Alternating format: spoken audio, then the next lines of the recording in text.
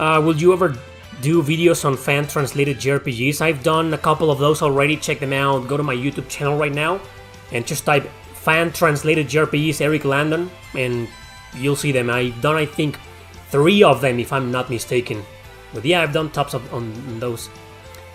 What would you consider the best SNES JRPG of all time? Wow, that's a competition between Final Fantasy VI and Super Mario RPG. Everybody else is gonna say Chrono Trigger, but to me, Chrono Trigger is always gonna be the third place. The real contest for me personally is Final Fantasy VI and Super Mario RPG. And I don't think I'll ever be able to decide. Do you think the entire world is already in an economic recession? I don't know about the entire world, but I know for a fact a lot of countries are, like the US. Mexico, well, it's always been in some kind of economic recession. For the past 30 years or so. Now that we're talking about music, have you ever played a JRPG with great gameplay but bad music? I mean, like Final Fantasy X too? Nah. Bad example, I don't like the gameplay. A lot of people praise the battle system and shit, and I'm like, there's nothing special about this, so no. I can't think of a single one. I mean, there's gotta be one. I know for a fact I played a lot of JRPGs. Not necessarily with bad music, but the soundtrack is like, it's okay, it's there, it helps I guess, but it's not phenomenal, at least not in my opinion. Scarlet Nexus is a great example. Scarlet Nexus, I think the gameplay is great, the combat is great, the character story, whatever, the graphics. But the music was kind of like pretty forgettable. There's only like 1 or 2 themes that stand out a little bit. But the rest is like... If I were to listen right now, to the entire soundtrack of Scarlet Nexus, I wouldn't recognize it. I was like, oh, what kind of... What is this? What is the... It's good music, you know. I'm pretty sure there are people out there that are like, man, that's a great soundtrack. To each their own, right? I thought it was pretty forgettable. In fact, I think the soundtrack in Cry Machina, which is pretty similar, it's better, it's more memorable. But maybe that's because I played it like 2 weeks ago. Give it a year and maybe I'll forget about the rest of the soundtrack, but I do remember some memorable themes in Cry Machina. In Scarlet Nexus, I remember the bass theme. You know, I like that theme, but that's about it. The rest of the soundtrack is kind of like... Another one is 13 Sentinels. I always felt the soundtrack was like kind of there. It doesn't really stand out. But then again, most Vanillaware games are the same. You know, there's only like 1 or 2 songs that really stand out, and the rest of the soundtrack is like, oh. If I listen to Dragon's Crown, the soundtrack right now, I know for a fact I'm gonna recognize the town theme, for a fact, or the tavern theme, because you listen to them so often that they get into your brain. You memorize them, right? With the rest of the soundtrack, if you put right now to me, blindfolded, and hey, Eric, try to guess where this song is from, and you put one of the dungeon themes or area themes from Dragon's Crown, I'm not gonna guess it. And I've played Dragon's Crown like 3 times. Odin's Fear is a more memorable soundtrack. I think it's the best Vanillaware soundtrack. There's more than 1-2 songs. There's like 5 or 6 songs that are really memorable, so that's great. That at least is above average. But yeah, 13 Sentinels, Dragon's Crown, Muramasa, same. Grim Grimoire, there's a few songs that are like really good, really catchy, but the rest are like, oh, this is from Grim Grimoire? Oh, okay. And that's a game I've been like 4 times, right? So yeah. But yeah, I kind of digressed. To answer your question, I can't think of a single game that is like great gameplay but bad music. Bad, like the music is terrible. No, I was gonna say Monarch, but the gameplay is fucking broken, man. And Monarch, half of the soundtrack is great. It's just the boss battle themes that are really bad. I can't think of one. What do you think of Drakengard's soundtrack? It's pretty Western RPG-ish, but that's Yoko Taro for you. I don't know who made the music. Was it Keiichi Okabe? I don't think so, right? Who made the music of the original Drakengard? I don't remember, but the point is that it doesn't stand out. I don't think it's bad. I think it's good. but I don't remember a single theme from the original Drakengard. Plus, you gotta understand, I never beat that game, and I never made it any far. I think I played for like 5 hours and rage quit, and I was like, fuck this game, I don't think it's a great game. If you were chosen, I've gotten that question before. If you were chosen as Square-Enix CEO, what steps will you take in order to fix the company? Who will you fire first, Yoshi P or Tetsuya Nomura? Both at the same time. Why does one need to be first? I will call them both. Hey, Yoshi P and Tetsuya, come here. You're fucking fired, get the fuck out of my office. Will you bring Sakaguchi back to make Final Fantasy 17? I don't know, because Sakaguchi is he's one of my favorite developers, and I had a lot of respect for him, but he's become nothing but a shell of what he originally was. He was a great developer with great ideas, but nowadays he only cares about the money and he only makes games for phones, and I don't respect that anymore. I will talk to him, probably. I will say, come back, but forget about the mobile market. I'm gonna bring you back to create console RPGs. Your next RPG will be called Final Fantasy 17, but it's gonna be turn-based. It's gonna have one heck of a story because you're such a great story writer. And it's not gonna be politicized. You politicize my game, get the fuck out of my office with Tetsuya Nomura and the other guy. But, I don't know if I will argue for an exclusive, He will probably say, Final Fantasy 17 needs to be an exclusive on the PlayStation 6. I'll be like, no, I don't think that's good for business. It needs to be on PS5 and PS6, both, at least. And I will fight for a Steam version. I don't give a shit about Steam, but for the sake of a lot of you, I will do that. Xbox can go fuck itself. Switch too. I don't know. What else would I do? I will continue making Dragon Quest turn-based. And there are rumors that Dragon Quest 12 is gonna be a little bit darker, so I will respect that decision. Okay, but no politics, please. No fucking political messages. No forced inclusion. No nothing. All right. What else would I do? I will keep supporting. One of the great things about Square-Enix is that they are supporting remasters and remakes, and they're also supporting a lot of strategy RPGs nowadays. So I will continue that support. And in fact, I will support it even more. I'm not the biggest fan of Final Fantasy Tactics, I'm not really a fan, but I will remake that fucking son of a bitch. I will do that. That will be one of my first orders, Start remaking that game, please, or at least remastering that game. Also, I can play and finally get into it. I don't know, I will do a lot of things, but those are the first things that I will do. Lost Odyssey 2, for example, that will be one of my first things to do too. Sakaguchi, get your ass here, asshole. Get the fuck over here and make a Lost Odyssey, please. And call it Final Fantasy 17. And then I will remaster Xenogears. Or maybe remake it, but as a turn-based RPG, and try to be as respectful and faithful to the original version. And call Tetsuya Takahashi and say, come on, man, I'll pay you whatever you want. Come back here and remake Xenogears. Yeah, I'll never be CEO of Square-Enix, I know that.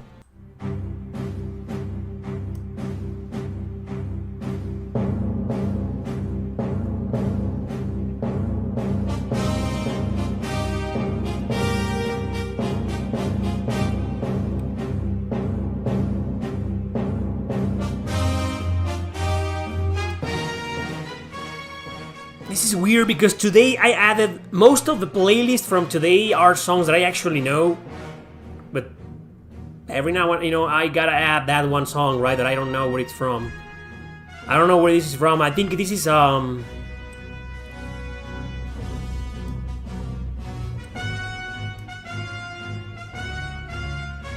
Is this from Strange Journey?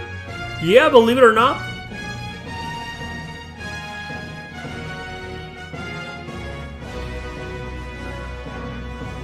I don't know, but I think it's from Strange Journey. The soundtrack is like that. It's kind of like weird. You listen to any Shin Megami Tensei soundtrack and you know it's just a Shin Megami Tensei soundtrack, but you listen to this soundtrack and you're like, is that Shin Megami Tensei? Yes. Anyway. Ah, there you go. I was right, that was Strange Journey, that was Vehement Rage. Vehement, whatever, well, okay. Oh nice, I was right. See, that's one soundtrack that stands out for being completely different from any other Mega 10 music.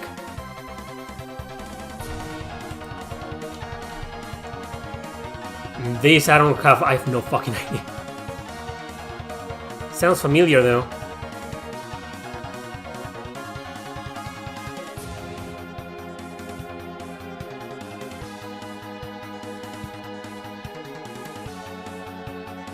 Yeah, I'll get Persona 5 Tactica once it goes on sale, like in a year. I don't really care for that game.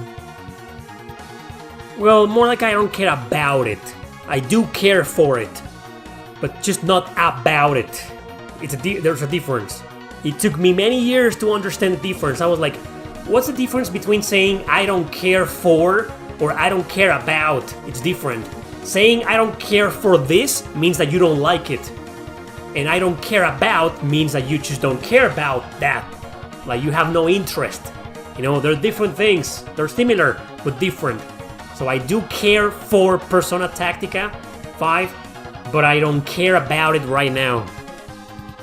That's an English lesson for you guys. Do you recommend Indivisible? No. No. I'm sorry, I just don't. I think it's a good game. I think it's a game that had great ideas, but it's just way too difficult, way too convoluted, hard to understand, hard to get into, and hard to master. I mean, it's just... I don't mean hard in terms of challenging, I mean hard in terms of brutal. I mean, it's just... There's just no way to properly enjoy that game for me. I really wanted to like it, but that difficulty, you know, it ruined it for me. Is there any music you like to hear repeatedly, like song Y in Crisis FF7? That would be the one for you? Yeah, often I add a few. I mean, there's anything from Shin Megami Tensei Apocalypse. I love some themes. Anything from the Chrono Cross soundtrack, some Phantasy Star 4 themes, Final Fantasy 6, 7, 8, and 9. There's just a lot. I mean, the E series, the Trail series.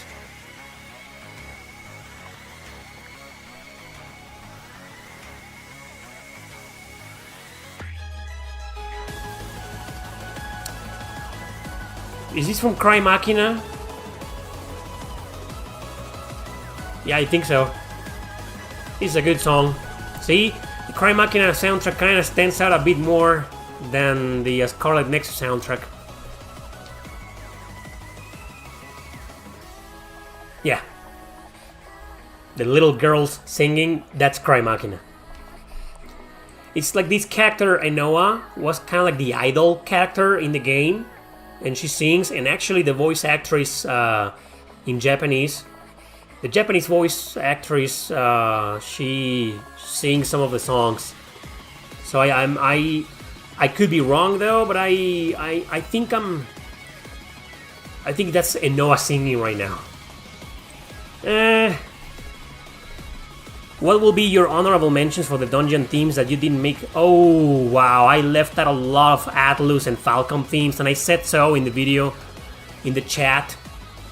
Had to leave out amazing themes like Airport from Digital Devil Saga 2. Had to leave out some themes from Ys 6 and 8. You know, otherwise the list would have been full of them, right? Ys Origin also has a great dungeon themes, area themes that I didn't include. But I included the first one from Ys Origin because, while not the best, it's the most memorable. I mean, though that piano, you know, I love it. So yeah, there's just no way I can just mention one or two honorable mentions. There's way too many. Way too many that I leave out. Same with every top 50 that I do on music. Boss battle themes, also some of them had to stay out. Regular battle themes, same. Hey, it's been 3 years since I made a regular battle themes one. That's been my most successful. Yeah, battle themes are usually the most successful ones. Battle themes, boss battle themes. I have one on final boss themes that I want to make next year. Yeah, and then town themes. People like it, people dig that. Overworld themes. Dungeon themes, I think, is one of with the less appeal to people. I don't think a lot of people or JRPG fans care that much about dungeon themes, but they do, and I made a video 2 days ago. It's there in case you guys missed it. Oh, speaking of one of my favorite JRPG music of all time themes, this is one of them.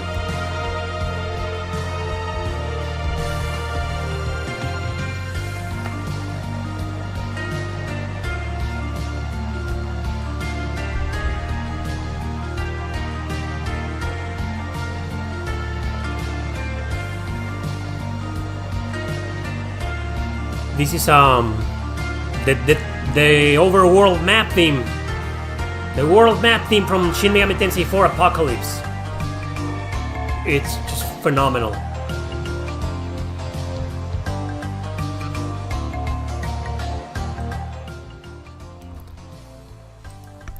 Fucking masterpiece of a soundtrack. Bobby, I made a review of Monochrome Mobius, and I actually included some tips in there to enjoy the game even more. Be sure to check it out. Yeah, I did a review on that game. I'm glad you're enjoying it. I heard Culex has been confirmed for the Super Mario RPG remake. Did you ever beat him, Eric? Yeah, that's one of the very few super bosses, secret bosses, I've beaten in JRPGs in my entire life. I'm glad it's coming back.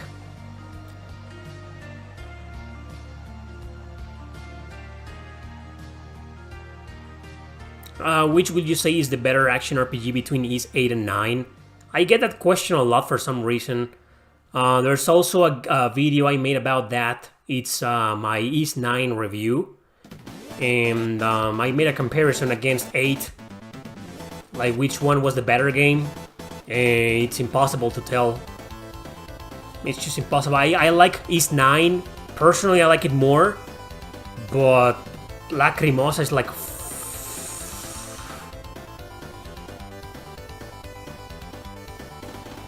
But you're asking not in terms of story, but in gameplay mechanics, combat, bosses. Where in terms of exploration, I know you didn't ask that, but in terms of exploration, 8 is the better game. But in terms of combat, I think 9 is better because it's more fast-paced, it's more chaotic, it's faster, and I think the controls are overall better. I mean, the combat in 8 is phenomenal already. I didn't think the next game will top it, but it did for me personally. I think I like the combat a little bit more on Ys 9. In terms of gameplay, it's kind of different because the gameplay revolves around exploration in Ys 8. Whereas in Ys 9, there's not a lot to explore except within the city limits. And it's pretty fun because you can just fly around and jump around and I like that, so I think I like a 9 a little bit more. And in terms of bosses, there's just no way to answer that. But, you know, I think it's easier for me to say to you, get Ys 9. Have you played Mega Man X Command Mission? I did, I never finished it, I rage quit on a boss. I played the PlayStation 2 version. That was many years ago and I never went back to it. Because it was honestly one of those games that when I started playing it, I realized it wasn't that great. It was good, it was decent, and I was enjoying it. But I was like, you know, it has some problems. It has some difficulty spikes and some balancing issues. So I'm just gonna play this game and see how far I can get. And the moment I rage quit and that's it. The moment I hit, you know, like a nasty spike, I'm gonna quit. I'm not even gonna bother. And that's exactly what happened. I do recommend Mega Man X Command Mission. Just don't expect the game to be wow. No. you're truly enjoying Nayuta, that's a great game. It gets better the more you advance. It's one of those games that you start in the first hour, she's like, it's okay. The more you play it, the more you realize its awesomeness. What JRPG has the best party members? Suikoden. That's cheating, right? Radiata Stories. Fire Emblem, any Fire Emblem game, because you have a shit ton of party members to choose from. No, honestly, I don't know.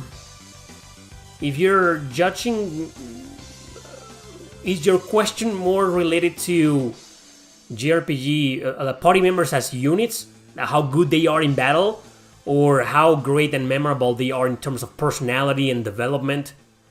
They're different things. What are your thoughts on I Am Setsuna?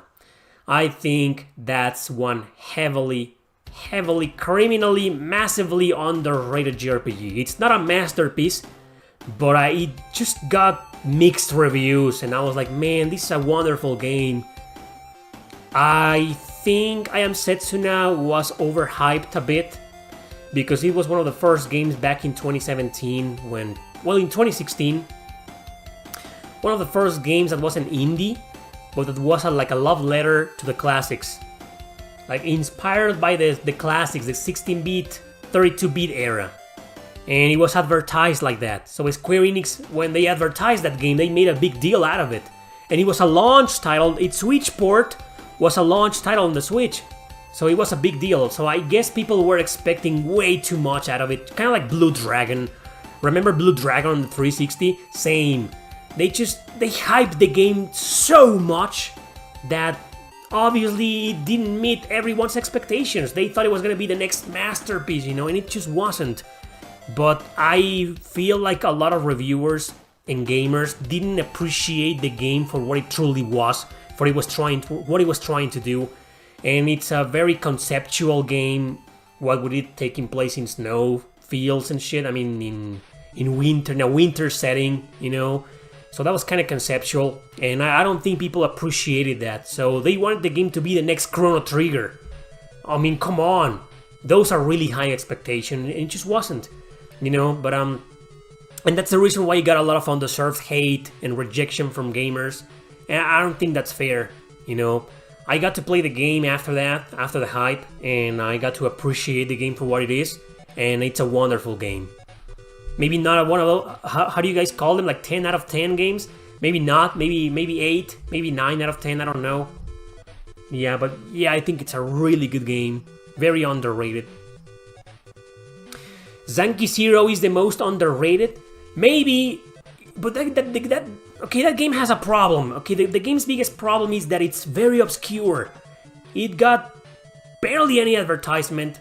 There was a controversy because of its censorship, and that helped the game to be advertised a little bit more, but still, I don't think a lot of people played it or reviewed it. Either way, I think it's a really good game. Dungeon crawlers in first person aren't for me, so I haven't finished it, but I'm pretty far into it. Maybe one day. But my point is that Zanki Zero is a game that it just didn't get a lot of ratings. So it's kind of weird to call it underrated. But in terms of underrated as in it didn't get the ratings it deserved, I kind of agree. I think it's a bit underrated. But to me it's more of a hidden gem than anything.